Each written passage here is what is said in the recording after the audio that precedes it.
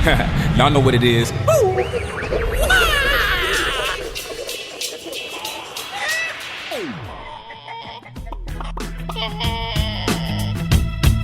everybody, what's up? And welcome back to another exciting episode of Eggs. Today's special guest is us. Me and Mike haven't had a minute to talk for a good long time. And we probably been 7 or 8 months. Yeah, at least. Yeah, since we had an opportunity to do like one of these little one-on-one conversations. So I think it'll be a great opportunity to catch up. There's been a lot going on. And so Mike, what's up? Oh, just, wedding season is over. And so that was a nice long 12-week period of gigs and living out of a car and a friend's couch. So it's nice to be back. And I don't know if you guys noticed, but we continued with the podcast, and I was in different locations with blurred out screens all the time because I didn't want to, show off the house that I'm in that's not mine kind of thing. So I did the background. Yeah, back and forth between whatever relative or whatever friend or whatever whomever is helping you out or giving you a stay for a minute. Yeah, and I actually spent some time in Oregon with my sister, and that was pretty good to catch up with her. We haven't really spent a lot of time together since we were kids, really, and so it was nice to have an extended period with her and her kids as well. Nice to catch up with the nieces and nephews. I'm the uncle they see once a year, and they so it was nice to have an extended period and actually get to know them a little bit. So it was good. No, that's awesome. Well, yeah, that's the thing. Like my nieces and nephews are all getting older now, so I don't have as much of that. I mean, they still only see me once a year or two, a few times a year, but they're older, so they don't care. And so, but no, that's awesome that you got to spend some time with them. I mean, on our front, we had a fairly busy summer. We traveled a little bit, got to go to a few different places. Usually I think worked out that I was here when we were doing the show. So, or we were able to move the show around or whatever. So I don't think I had to call in very often, but yeah, it has been a hectic season. So I'm looking forward to things calming down. The kids are back in school now, and, winter is creeping in for us in Utah. And I've still got some winterization to do out in the yard. So there's like this pressing anxiety all the time. Yeah, I last week I flushed out my sprinkler system, and come to find out we need to do deep watering on all the trees, so I had to turn it back on, and now I get to flush it out again. So, yeah, well, and like I'm in a pickle like that with our little trailer, our camp trailer, so because it needs to be winterized, and I had an appointment in August to take it in, but something came up and I canceled, but then I couldn't get back in until November. And so normally they do the winterization and all that kind of stuff. It's, part of the plan, that we purchased when we bought the trailer, but I'm afraid that it will be frozen by November. And so, it may not be, but I don't want to roll the dice on blowing up my trailer. I think there's a way that you could do it yourself. You don't it seems like you're not talking sewer kind of stuff, are you? No, it's more like I have to drain water out of all the pipes, all the pipes and they're plastic and stuff. So I just have to get all the water out of it. And then you basically pump in antifreeze. Oh, okay. It's pretty straightforward. I think maybe I can do it, but if anybody can screw it up, it'll be me. Well, I would think as long as you can get the water out and not pump the stuff in. I don't know that I'd want to pump antifreeze into my water pipes. Well, it's specific for this. It's like okay. So it's some kind of antifreeze for that. But it's like there's that. But the problem is, or the real problem is that we developed a little electrical problem on our last camp trip with it. And I've tried to fix it, and I've done everything I could do to try and fix it, and no dice. And so I need to have it looked at. And so, but because I can't get it to them till November, I don't know if they will.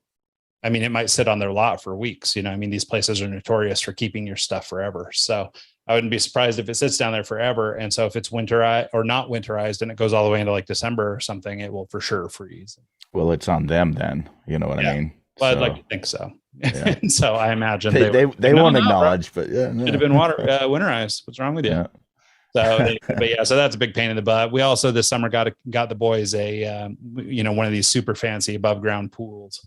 Ooh. And so we had that up for the summer, and as predicted, the kids used it like 4 times. And then, and now I've got to take it down. And so I finally got it drained and dried out and everything, but it's just a matter of, it's like putting away a tent, I've got to try and roll it up. And of course we didn't save the box. So now I need a bag or a box or a tote or something.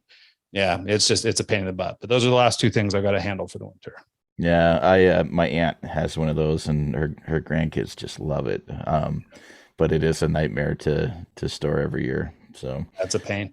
Well, and the worst part is we had one of these when we lived in Idaho years ago, but we just left it with the homeowner because we didn't want to bother packing it up. yeah, I Just like, nah, I have good memories of that pool. yeah, that pool was great. So yeah, we actually used it, but of course we didn't have kids then, so it was us. Yeah, And so it we were was more for cocktails and hanging out. yeah, it was perfect. That was a good place to hang. So, but yeah, we have done it again now, the kid version. But yeah, the kids are never out there; they're always doing anything else. So Yeah. So I had a friend reach out to me a few weeks ago at the towards the end of wedding season. He had a client that kind of was no bueno. I'm going to leave his company name out and his name out, but I'll read the message that he sent me here. It says, "Hey Mike, hope all is well. Looking for some pro DJ advice. I had a 7-hour wedding yesterday, a good 60-yard hike to the ceremony, providing the perfect sound and mics for the reception. I ended up DJing 4.5 hours for dancing and got done at 10:30, which I've never done. I guess he does like a 3-hour DJ session normally, but we went over and above. Had a bunch of compliments. Felt like I killed it. I didn't receive a tip. Would you say something? It just seems like the better job I do now, it feels it goes unappreciated." And so that was his message to me. And I told him, I replied back, just a quick reply. Hey, I think we might talk about this, on our podcast. And when we do, I'll let you know about it. So here we go. yeah, And I had a few clients that were kind of similar to this year, and I had a few clients that, I had 3 $500 tips this summer. So it went both ways. I had both kinds of well, I clients. think it's one of those things that it's a, obviously in the United States, we're sort of a tipping culture, right? I mean, people here tip, but I think sometimes we're not totally sure when and where, right? Sometimes I Uh-huh. think it's a factor of cheapness and other things like that. But I think a lot of times it's like, what is the social norm, right? And so it seems to me, and I mean, obviously I don't know, but I mean, it seems to me that like for a DJ, like I don't know that it would have been immediately obvious to me that I needed to tip a DJ. I Right. think, I mean, it makes sense to me now, and knowing you and stuff like that over the years, I mean, it makes sense. And obviously a little tip for like a great performance, I mean, it's sort of how we reward people in our Mhm. society. But I'm curious, if, in a situation like that, like he did great and everything. And so like the expectation was, I don't know what he charged, but okay, you charged me $3,000 to come do this wedding, is like, is that enough money for a job well done? Right. I mean, like, Yeah. should that be the supposition, is that you're going to do amazing? Yeah. Right. And if you don't, then, I'm going to complain and all that stuff. Otherwise, if you don't hear from me, then great. And so, yeah, so it is, I could see how it's kind of a fuzzy line, whether or not people would tip or not tip. So, I mean, obviously you have more experience. So what's your take? So my reply to him was pretty much, uh, when I priced out a wedding, I price it out to make sure that my tips included. Like I don't try to lowball my clients because I know what I provide and I know what I'm worth. And if they want to tip me on top of what I charge, thank you. I appreciate it. You guys, like, especially when we get along and they're great clients, and it's really nice to get that thank you, whether it's $50, whether it's 500. That tip's great. But I don't go into a wedding and undercut myself. So my initial rate is enough to cover the 60-yard hike in for the ceremony and the, whatever extra crap I have to do. Right. And Yeah. so, Yeah. And that seems to me like the right approach, right? Make sure you're charging enough that you don't feel bad doing the project, and assume that, this is paying for a job well done. And if this is what I get paid, I'm stoked, right? yeah, I'm happy about it. And then it's not incumbent on the person, or the person to understand that they need to tip a DJ. I mean, maybe this is the first wedding in their family, their daughter is getting married and they got married 40 years ago and didn't have a DJ or whatever, and so they don't understand like the social etiquette of having a DJ, right? What do you uh-huh. think about like a tip jar or something like that? Like I know you do that in That's bars and things, but is that what That's tacky. goes to? Not at a wedding. And another thing you don't do at a wedding, you don't put up a banner with your logo on it. Like when I first started, every gig I had a banner with my company logo and a phone number to call me. And it was the '90s, and I didn't like, Seems like that might have been more cool back then. Like it was kind of yeah, cool you're bringing in a DJ, but like that DJ is somebody, yeah. right? So it's like, oh, I brought in somebody that's cool, And just 'cause they it have was actually like when I had my banners made, I had them with black light. They reflected black light really well, so I'd set a black light below it, and my logo was glowing. So I thought it was dope. I thought it was cool. But a as someone that, like, if I hired someone to come to my wedding and they had a 4 foot by 6 foot banner on the table with their logo and it was glowing, and all of my photos I had this big DJ logo, and that's just not cool. So don't do that, and don't do Yeah, a well, I tip think that jar. makes sense, but I think it also comes with the dollars, right? I mean, if Yeah. you're getting paid $250 to DJ a wedding, like, I mean, maybe self promotion's part of it, right? I mean, at least in my mind, if I'm trying to play through a scenario like that, I mean, like if I was paying a DJ and I was only giving him a couple $100 because it was kind of a budget wedding, and he wanted to try to, promote himself a little bit. I mean, minimally, like business cards or whatever, I would have no problem with, and Yeah. even something like a banner, maybe, so long as it wasn't the star of our show. But I mean, if So, they had a banner promoting their name or whatever, like maybe that wouldn't be that big a deal to me. But if I have a really expensive wedding and I'm the star of the show and things need to look sort of luxury, I guess, or need to look, of higher quality, and I'm mhm. paying more for the performance, then yeah, I think for some reason I would not want it at a higher level. I mean, unless Well, it I mean, and this outlet or the something. level of weddings that I do, they're spending, minimum 50, $60,000 on their wedding, just because of, everything that's involved with the venue and with, tents, and they're spending a lot of money. And so I can't come in and be this cheesy guy, um, self-promoting myself. They already know who I am. They already know, like, if they, you know, most of my business is referrals as well, and most of them are people that have been to other weddings that I've been at. And so I I carry business cards. I don't even actually I don't even carry business cards anymore. I give them a sticker. But and it's got a link to my website, and then they can go and fill out my booking form from there. Um, one Yeah, thing I I would mean that seems right though. I mean, it seems like the more you pay for stuff, the more it's about the person doing the paying, right? Where if it's more the DJ doing you a favor and doing it cheap, then I think I have less of a problem with that. Yeah. Um, Another thing I would say is try to vet your clients a little bit more. Um, I would say that the two, like, I had two weddings this past summer, and I'm not going to say names. I'm not going to, I'll get into a little of the details, but the two clients that I had problems with, and when I say problems, it it's not like, I didn't get what I needed from them or this or that, like, whatever. Both clients were the ones that were haggling with prices, and they were the ones that um, I almost had to sell them on why I was charging what I was doing, and they had to have like a call and this and that, and um, when so there's I think to avoid a bridezilla situation, you kind of almost have to gauge them out in advance and decide if it's even worth your time.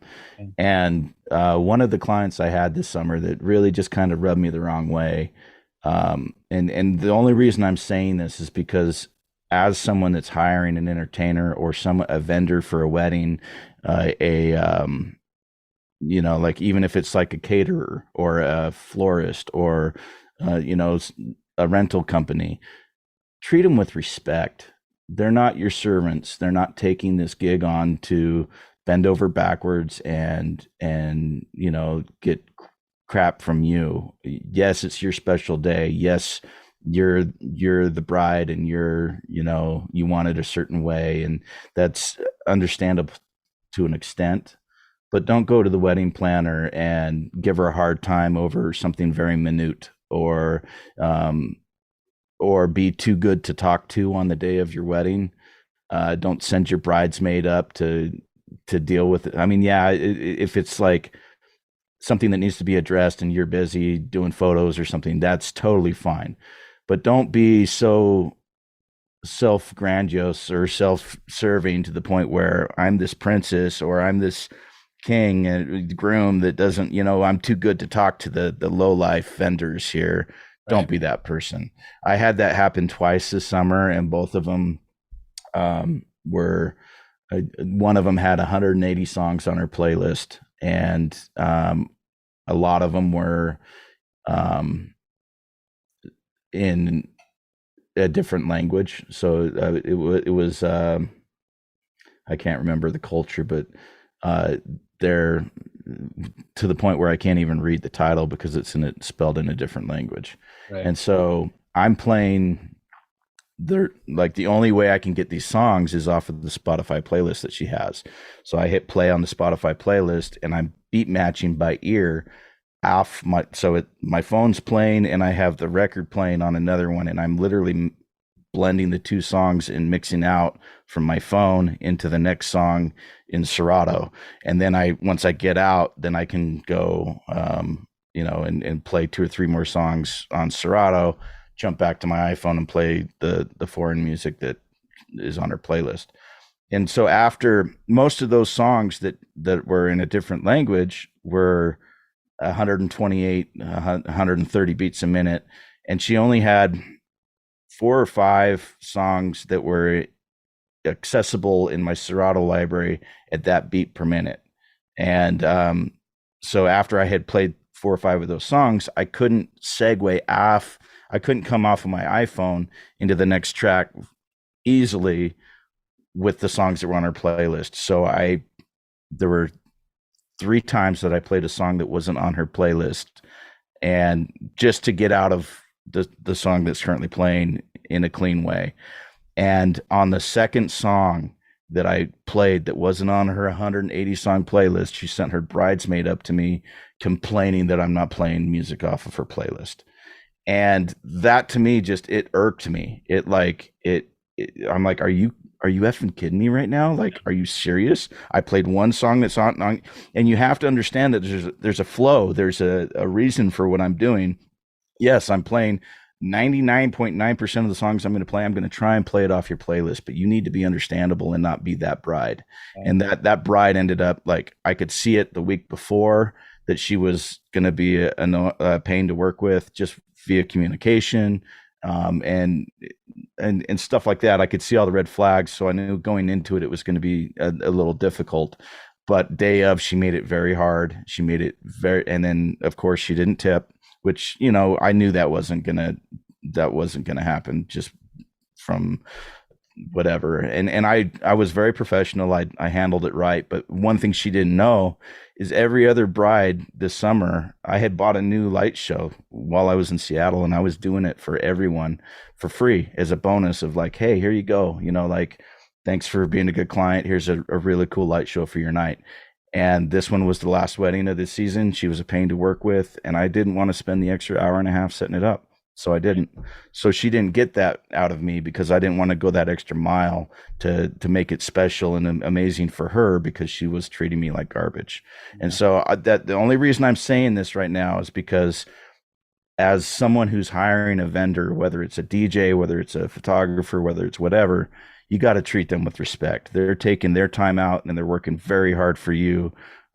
Like I literally spent, how long it takes to go and find 180 tracks and try and download them on your computer so you have them, so you don't have to have that back and forth game with an iPhone and a computer.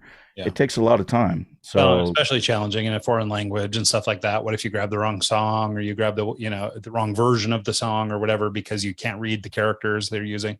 Yeah. I could see a lot of problems there. So there's a ton of stuff in there that I think you have addressed a lot of it, but I think it all goes back to what you said initially, right? Is sort of knowing your value and knowing your price. And I think one aspect of it too, that I might just sort of add to it. I mean, obviously, we do different things, you and I, but we're basically still selling creativity, right? I mean, yeah, we do it through music, I do it through design or whatever, but we're still selling intangible things to people. Right. And so of course, you all know the experience of a good DJ versus a bad DJ. And so somebody might argue that it is tangible, but in terms of selling the service, you're selling something and they have to trust you, right? They have to know it's going to be good. And that's done through reputation or referral or whatever. But to your point about being, extra cautious and vetting your clients. So either as a DJ or as a designer or anybody really in a service field, you've got to kind of be in a position where you're willing to say no to somebody too. because Some, I find that the ones that I should have said no to are always the ones like what you're describing, right? yep, They're the ones that are the most trouble. They haggle over the price and all that stuff. And I mean, all that just boils down to they don't trust you. yeah, Right. I mean, so, and if they don't trust you, then you're busy, like you said, trying to convince them or trying to, help them understand the value or whatever. Right. I mean, and in reality, as a professional, you should be allowed to set your price. And then if people are willing to pay it, cool. If they're not, fine, and let them yeah. go. But And sometimes we all get into pickles where, you got to take the work on or whatever. And it makes sense to take a project anyway. God knows I've done plenty of those, but they almost always work out just like what you're describing. yeah, I've, you know, I've been lucky in the past few years where I've gotten to the point where I can kind of say no to people, and it's hard, saying no to a $3,000, $4,000 paycheck, but sometimes it's just not worth it. Sometimes it's, the headache isn't worth the reward. And I've gotten to the point now where I'll get an inbound lead, someone asking for rates, and I'll sell it, tell them my rates, and explain what I provide. I have kind of like a quick summary email that I put together that's pretty fast to edit for them. And if they don't respond, I don't hunt them down. Yeah. I'm Well, not I think trying. some of that comes with being a professional, right? I mean, you've been doing this a long time, so you've, I guess, developed that muscle that allows you to, go, okay, I can smell what this is. This is not going to be a good relationship, right? And I can kind of do the same, right? So like we had a client the other day that reached out and they're like, okay, we have a $500 budget, but we want the moon, right? We want everything. Yeah. And so I responded back. I was like, okay, well, I appreciate that you have a $500 budget and that's great. And that's enough for somebody. But for all the things you're asking, I can't afford to put somebody on it, And so, and in that situation, I told them I was willing to try and connect them with somebody. I recommended some other outlets where they might be able to find somebody that was junior or maybe, really hungry and willing to help. But I mean, that's not going to be a good relationship. Now I went the extra mile in that, even though I can't serve you, I'm willing to offer you somebody else, but I don't know, maybe I'm making a problem for somebody else. So maybe it's not that good to pass. Well, it might be a problem to someone else, but it also might be food on their table too. Right. So if you're, someone that's at that level, still early in the game, willing to do it for X amount of dollars less than what you're doing, they might need the gig. So it might be worth the effort to them. And it might not be they might be a great client. They might just not have the budget. And sometimes, you forward it on, and if they want to deal with it, it's on them. If anything, you tried to help them out, kind of thing. Well, and often that's it, so just talking about getting into a vendor relationship, or, if you're going to try and outsource to somebody, I mean, recognize that, if you're going to somebody as a professional, right, you're saying, hey, you're a DJ that has some reputation. You've worked a bunch of these events. The wedding planner recommends you highly, all this stuff. Like you're going to somebody with bona fides already, right? I mean, you're going to somebody that's already got a reputation. And that person is going to have a different set of sensibilities than somebody who's still trying to kind of make their bones, right? There's I think sort of, one of the people on the Eggs show was referring to this, and I've heard other people too, but somebody on our show referred to these as like your seasons, right? And that there are different seasons in your life. And so, and I can remember a time, and both you and I think that honestly, this is where we bonded so much early on when we were young guys we were the guys that would do everything for free. Like, you're putting up concerts for free. I'm road managing for free. We're doing all these things and basically making, maybe you got a little scrap of money or something, but like nothing, right? Ostensibly nothing. And, and always going above and beyond. Right. I remember, the New Year's that we did down in Arizona, and you put up this whole trust system and all this stuff. And they might've kicked you some money, but like not enough for what you gave them. Yeah. Well, speaking of Trust Show, right? Next Thursday, so the Thursday before Halloween, we do this open mic night every Thursday, and I love working the open mic night. I go and I volunteer for free every Thursday evening to get experience mixing audio, because that's one of those things that it's very hard, and to be able to do it right, it's repetitions, it's you just have to get the practice in to be able to get paid the big dollars when they come asking. So I do the reps working with the smaller artists at an open mic every Thursday, because the system's set up. I built it. I went into the venue and we did a permanent install in the venue. So I walk in with an iPad and I can mix the bands down. So it's real easy.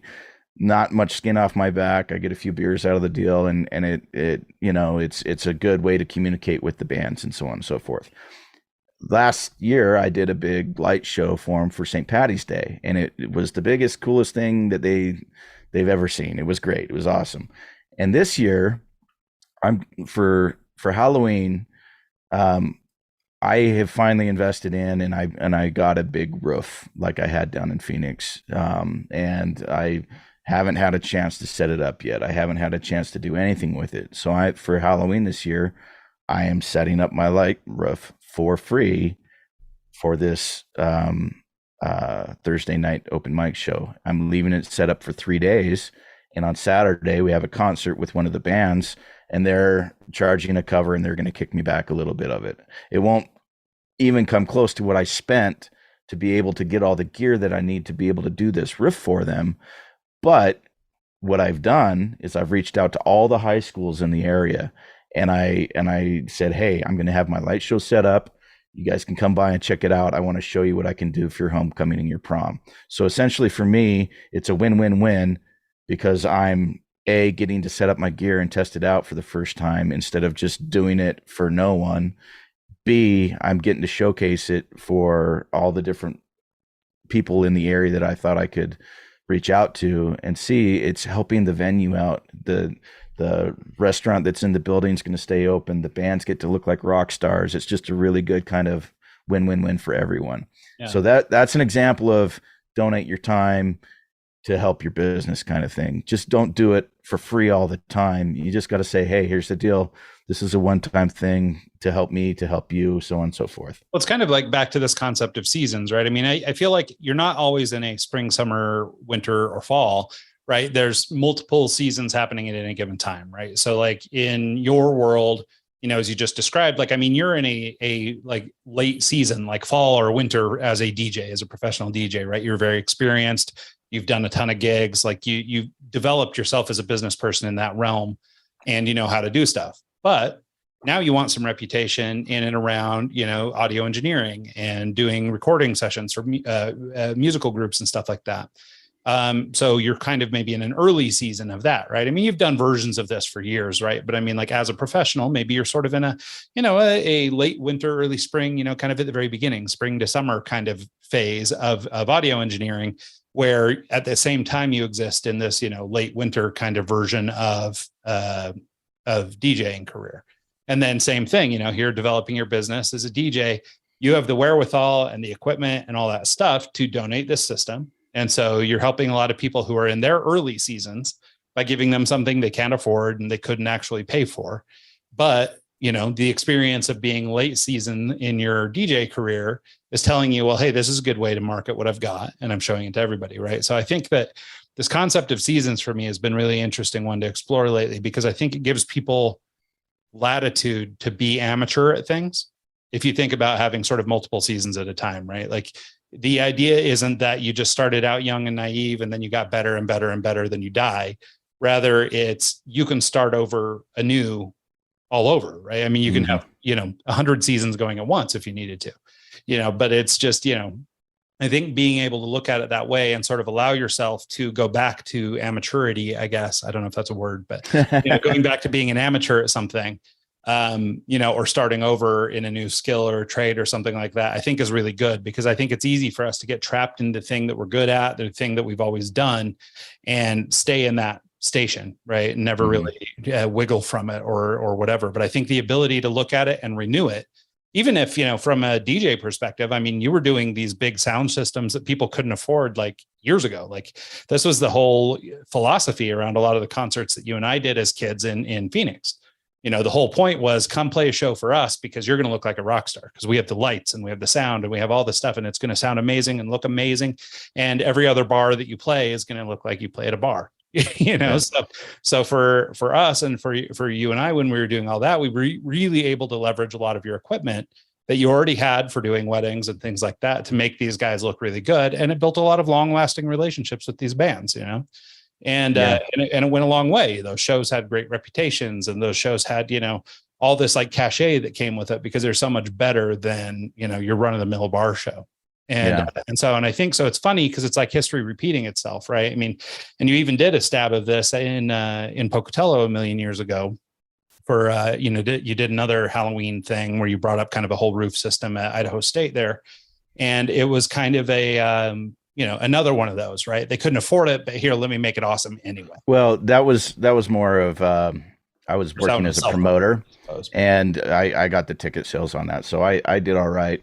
Um, what do you think about charging different rates in different markets? So, and actually, I have a good example of this in two different scenarios. So, in Chelan, where I do a lot of my weddings, I had someone reach out. I was already in town. I had, I was there for wedding season. Someone reached out for like an off night to do a house party on the lake. They had a lake house and they wanted a DJ for a 40th birthday party. And my initial thought was, sweet, extra cash. I can charge, X amount less and just take on this off night. And then I started talking with the wedding planner and she was like, that's not fair. I'm like, what do you mean?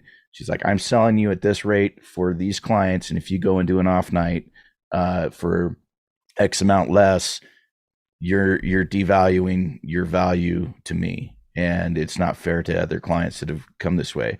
And come to find out, the person that was reaching out was someone that she tried to sell me on for a wedding.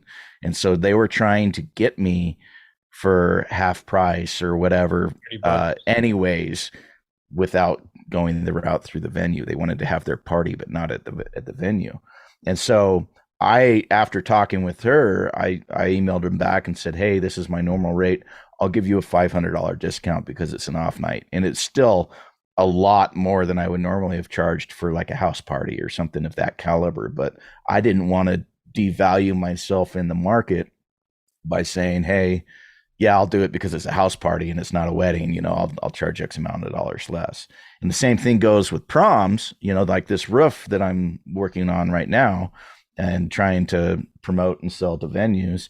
I was talking with the guy that is at the Station Square here in Pocatello that we're doing the open mic night at. I was like, what do you think of like selling the venue plus my lighting for X amount of dollars? And he's like, they'll never pay it here. They won't pay it. And I'm like, well, I mean, like he gave me an example of like a wedding venue here in town that for, I think they charge three grand for the night for the venue. And then the DJ that usually works with them is a grand.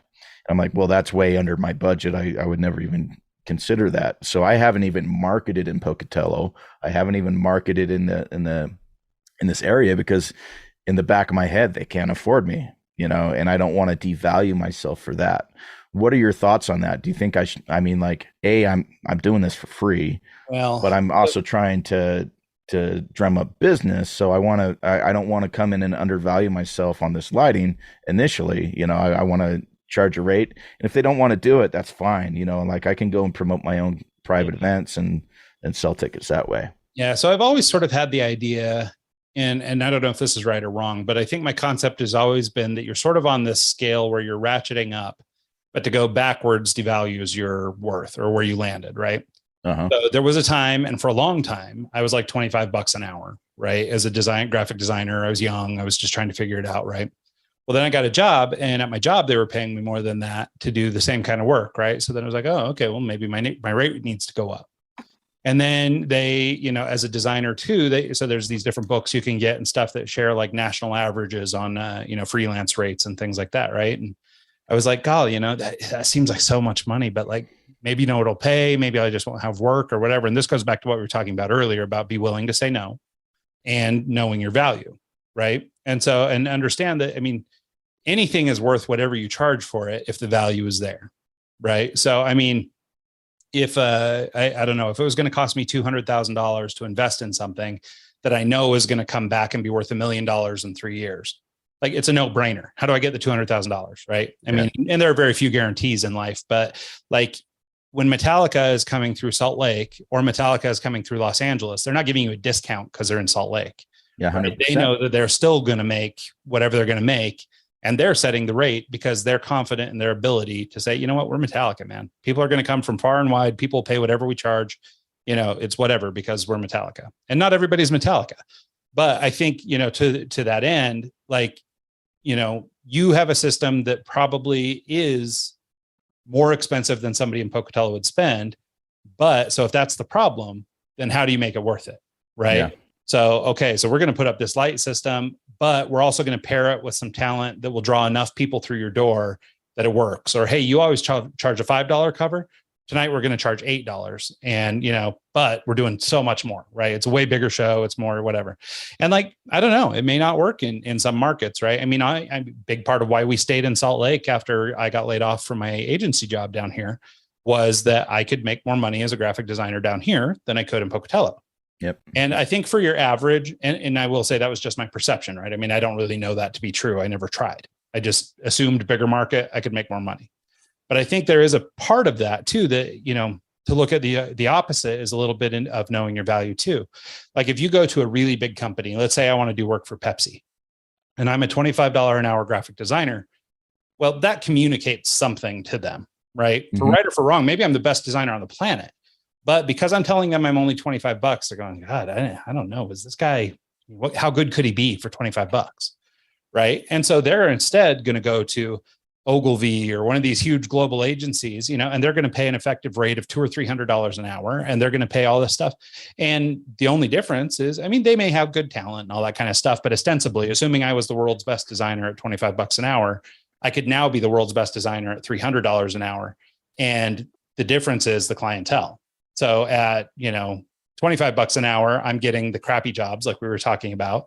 I'm working with people who don't have any money or have to sort of question every decision they're making. So they're haggling and they're negotiating and they're doing all that stuff and basically trying to put me in a position where I'm second guessing my value to accommodate their budget, right? Or there's the other version where you charge more and by virtue of that, you seem more valuable. So people will give you more money.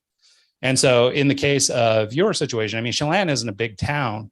And, you know, a lot of the places out there aren't that big, but like, because you're associated with this event planner and you're associated with a certain venue up there, like your value is X, right? Like it's worth this. This is what it costs to have a DJ at this venue.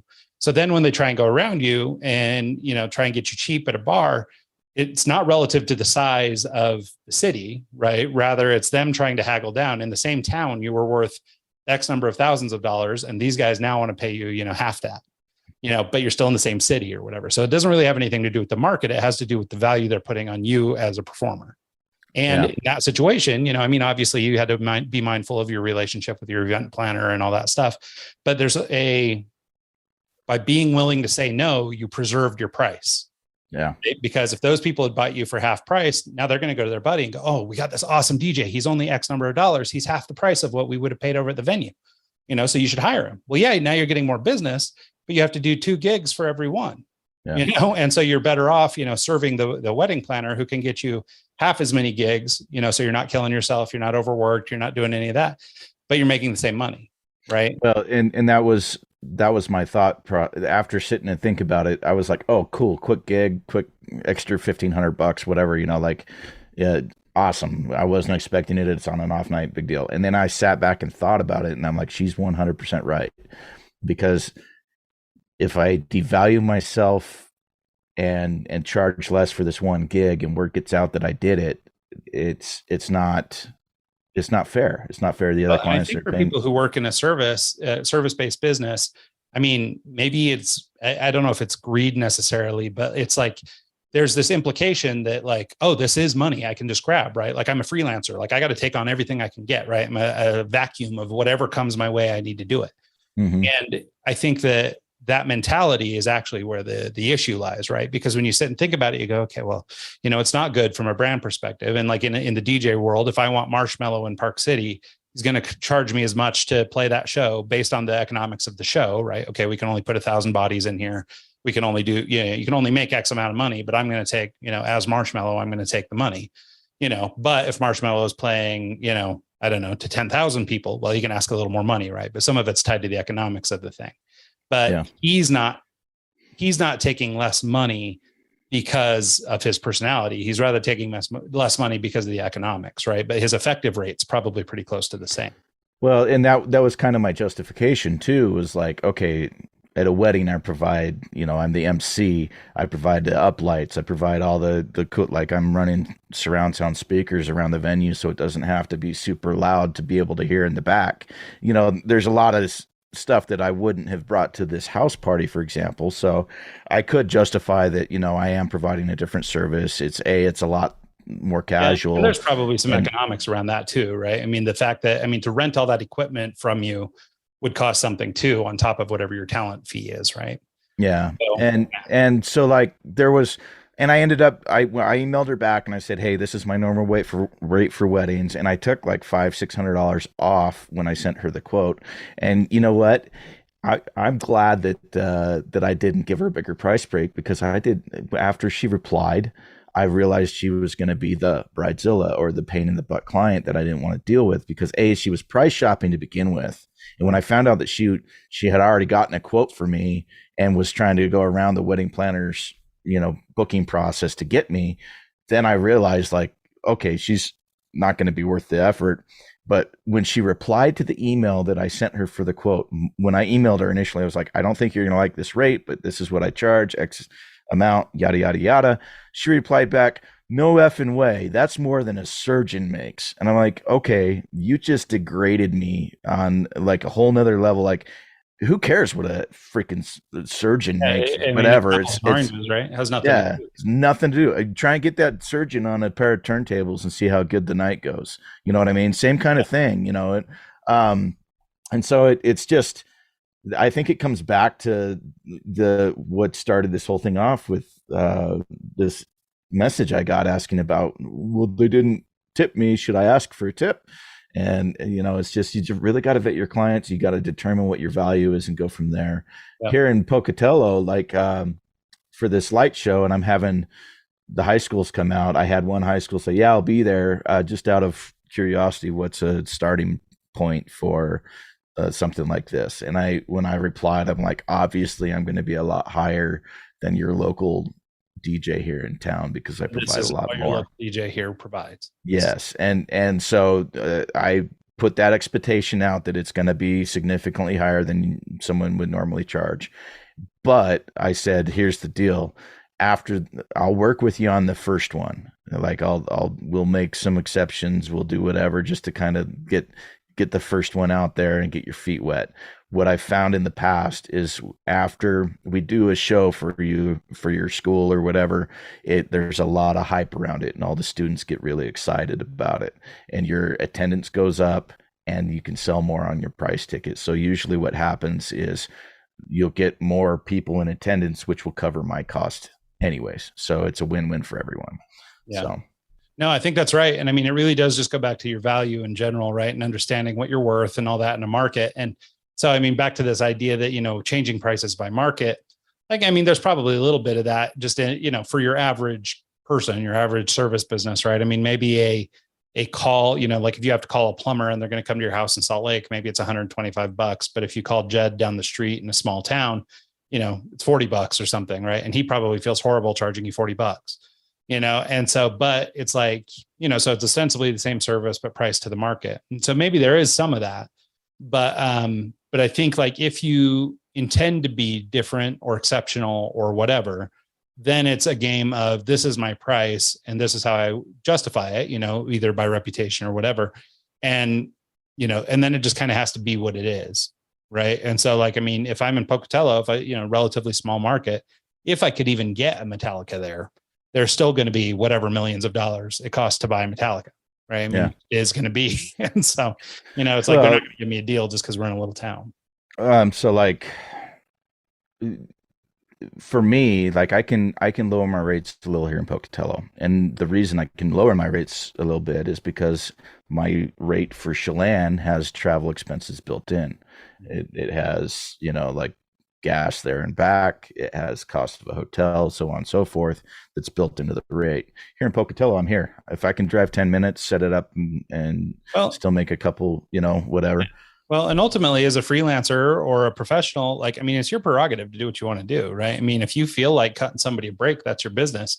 You can also push back and say, you know what, my rate is what my rate is, right? I mean, so it's up to you, what you want to do with it. So I don't know that there's a right or a wrong answer in that sense. I mean, in the global sense, or if you're a big enough talent or whatever, right, you could do harm to your reputation. But even at that, I mean, you see these things all the time where, Johnny Depp will show up at a kid's hospital and dress up as Jack Sparrow. I don't know if he's doing it anymore, but he used to do that. And, it's kind of a common thing. Like he would show up every now and then at the children's hospital and run around and help the kids out, You look, but I mean, look Johnny at, Depp's making hundreds of millions of dollars, so it's like, is it devaluing him? I don't think so. Yeah, look at Diplo. Like, I can't tell you how many times I've seen him on Instagram just setting up in a park and playing, and all of a sudden there's 1,000 people in the park going crazy to Diplo. Well, or and Dave Chappelle is a good example of that, right? Like after his like exodus where he fled to Africa for a little while, he came back and he was doing comedy on street corners and stuff, right? I mean, this is the same guy that'll sell, 100,000 seats in an arena, but he's, standing on a soapbox out here on the side of the street, I mean, well,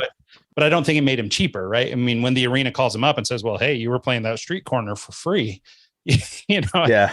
I think he's able to say, well, that was my prerogative. I decided to do that, Well, and then the same thing as far as like, you've hooked me up with logos for free in the past. I've done like, I'll give you stuff for your Halloween thing at your house for free. It's like friends help each other out. But also for me, like if I were to go and say to a venue in Seattle or Portland or wherever, like I charge $3,000 to DJ a wedding, so you got to pay me $3,000. They're gonna laugh in my face because they don't pay anyone that much, and if they do, it's a Diplo or someone like that coming through town. And so they have a budget that they pay their local DJs, and if I want to get in and play at this venue, I have to say yes to that budget, or else I don't get in and play at that venue. And for me, the way I look at that is venues like that are a lot of fun because everyone's having a good time. It's not a wedding. You can play whatever you want. You don't have to worry about restrictions, whatever. And it's paid practice. So like I have zero problems coming in and just bringing a laptop, setting it up and playing music for a few hours just to try new things out. It's like a comedian doing an open mic just to try stuff out. That's what I look at venues as. I think for like live events, I mean, to your point about comedians and stuff like that, like I think there's a lot of times, there's economics around it, right? I mean, the club can only pay you $3,000 because they have to pay all the bar staff, they have to pay for the venue, they have to run the air conditioner, they have to buy new supplies, they have to, and include, hopefully if they're running a smart business, they're getting a little profit on there. Mm-hmm. And I mean, that's the whole point. And so, so there's some economics around it, right? Maybe they can save from other nights to spend more on a special night for a special something or whatever. But, for just you to come in on a Thursday night or whatever, I mean, yeah, of course they have limited budget, right? They're not going to be able to dump, big money into it. But if you were opening for Diplo and they had set aside $30,000 to pay Diplo and $5,000 to pay support, well, you get a little more money on that day, right? Yeah. So, I mean, but with live performance specifically, there's, economics around the price, right? I mean, if you can only charge $10 a ticket for 100 people in your venue, you can't buy a talent that's $1 million a day talent. You just do a little like play your place. When we did the Jimmy Eat World and Paramore show, there was a fixed rate that a guarantee that was, I think it was like $80,000 for the guarantee for the band. And then it was a split after that. So like, I think the show generated 130 roughly out the door, but I still had to pay the venue and I, yada, yada, yada. I didn't walk away with more than like $5-6 out of that show. And they walked away with a big chunk of change, but for me it was worth it because it was the first rock show here in Southeast Idaho in a long time, and at least in Holt Arena. And and if that's what you did for a living, right, if you did one of those a week, I mean, $5 to $6 a week for your salary for being a promoter for running concerts, totally worth it, right? I mean, it seems like you're giving up a lot of money, but there is no show if you don't pay for the talent. Down in Phoenix, at the clubhouse, the deal was, I got the door, right? Any ticket sales were mine. And if we did over $2,000 at the bar, I didn't have to pay for the venue. So it was and the sound system was there. So all I did was I brought the lights, I did the promotion, and I kept the door. That was my pay. And so it's all, I guess what it comes down to is it all depends on the scenario and the situation, what you're willing to do, and so on and so forth. So it's well, I think the way I like to think about it, and I've got to kind of wrap up here, so maybe this is something good to go out on, but it's, basically everybody brokers their own deal, right? And with every decision we make, there are consequences, good and bad, right? So you could say, well, $5,000 isn't enough for me to, walk away from a Paramore concert. You want to make more money. And there's things you could do to mitigate. You could charge more for tickets. You could figure out how to pay your vendors less. You could do whatever, but the cost of the band is the cost of the band. Like you're hiring the talent and it costs what it costs, but there's ways for you to mitigate what you get paid. So, but the fact of the matter is, if you don't think $5,000 is enough, then don't do the show. Yeah, walk away from it. Go do something else, right? I mean, so you hear a lot of stories about people, oh, well, my coworker's getting paid more than me, or, so and so. And there are certainly instances where something shitty is going on, right? Where somebody's being mistreated and stuff like that. So I'm not saying that those things don't exist, but I'm saying if you feel like you're being mistreated or stuff isn't going well, or you're not being paid what you're worth, like walk away. Go get another job. And maybe this doesn't work in a lot of places. I mean, if you live in a country where it's really hard to find gainful employment, maybe you can't just tell your boss to piss off. But, there's opportunity. And in a country like this one, you can make your own way. I mean, you and I are examples of that. I mean, we've had very untraditional working lives. Yeah, and, to say the least. Yeah. And so, if anybody can do it, if we can do it, anybody can. And so, but it takes effort and it takes all this stuff, but you also have to be willing to say no. I don't like the way you're treating me. You're not paying me enough. You're not doing whatever. And if they're not willing to acquiesce, or they don't care, or they're not treating you correctly, then find something else, or if you don't like how your business is going, then you can either fix it or you can get out of it. But it all boils down to, you have choice in the decision, whether, no matter what the situation you find yourself in, you always have choice, and you just have to decide. I mean, you may not like the outcome if you choose X over Y.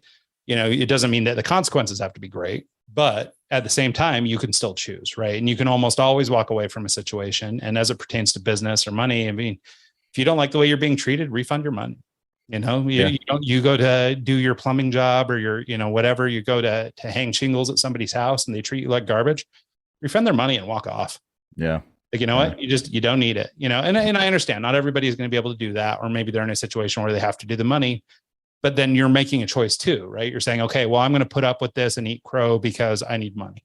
Yep. Now, I'm not happy about it. I don't like it, but I need their money, and they've given me their money. So I mean, so you can make the decisions, and obviously everybody's situation is different and everything. But I just like the idea that we all have choice around whatever we do, and that we need to own it and be confident to own it. And I think that sort of dovetails into everything we've been talking about this episode, which is knowing your value and being able to price, affordably, and, making sure that what you're getting paid for the work you're doing is worth it to you, whatever that is. Right. I mean, I charge a lot more for design now than a lot of people I know, or a lot of people I work with. And it doesn't make me better than them. Just I've set a different bar than they've set. Yeah. And so, and for me, I need X number of dollars to sort of satisfy just, bills for one, but also to feel like I'm getting paid enough to do this job. Somebody else may do it for less, right? And that's why I always joke that my biggest competition is always somebody's cousin. Ostensibly, they could go get what I do in a technical way for free, right? They could go to their cousin and say, hey, you have Photoshop. Will you do X, Y, and Z for me? It doesn't mean it'll be as good or whatever, but again, you have choice. You can buy the more expensive option. You can buy the Mercedes, or you can buy the Toyota Corolla. They're both going to get you to where you got to go, so you're putting value on other factors. And so it's up to you to sort of decide. 100%. Yeah. I wasn't expecting this conversation to take this turn, but I'm glad it did. I think we covered a lot of interesting ground. Yeah. Well, and honestly, it's probably more useful for our audience than listening to what we're up to. Although that just means that we have to have another call where we can talk about what we're up to. Yeah. I actually might have a new gig here in the next little bit, and you as well. So that might be something we have to talk about here. Yeah. There's a little teaser. So maybe we'll talk about that. I'll let, at least on my end, well, probably on your end too, we'll let them develop a little bit, and maybe we'll have like something definite to say. So, but anyway, as you can see, my lights are dropping out one at a time. So I better call it a day.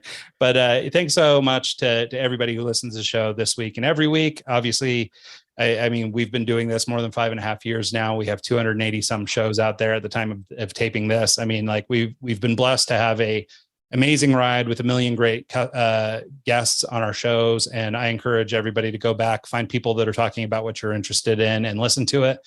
Maybe even listen to people that aren't talking about things you're interested in and see how those learnings, work for you. I mean, we talk to a lot of CEOs and startup founders and people like that. And these folks are dropping knowledge bombs all the time. But I will say, and maybe Mike can echo this, but I mean, like in our experience with all these interviews we've done and all these people from all these walks of life, like there are some common ground, even though they don't on their face look like they're the same thing.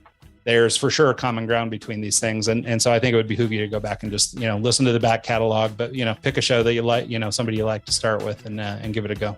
Yep. And if you think you would be a value add to the show and want to be a guest, feel free to reach out. We have a contact form. And if you have someone that you think would be a good guest as well, or would like to hear, just let us know. We're always open to people who want to come on. Yep. Love that. So cool. Well, thanks again, everybody, for enduring our conversation. I actually think this turned out to be pretty darn good. Mike, thanks for taking the time. Yeah, no worries. Thank you. All right. And thanks again to everybody who listens to the show this week and every week. And we'll see you guys next time.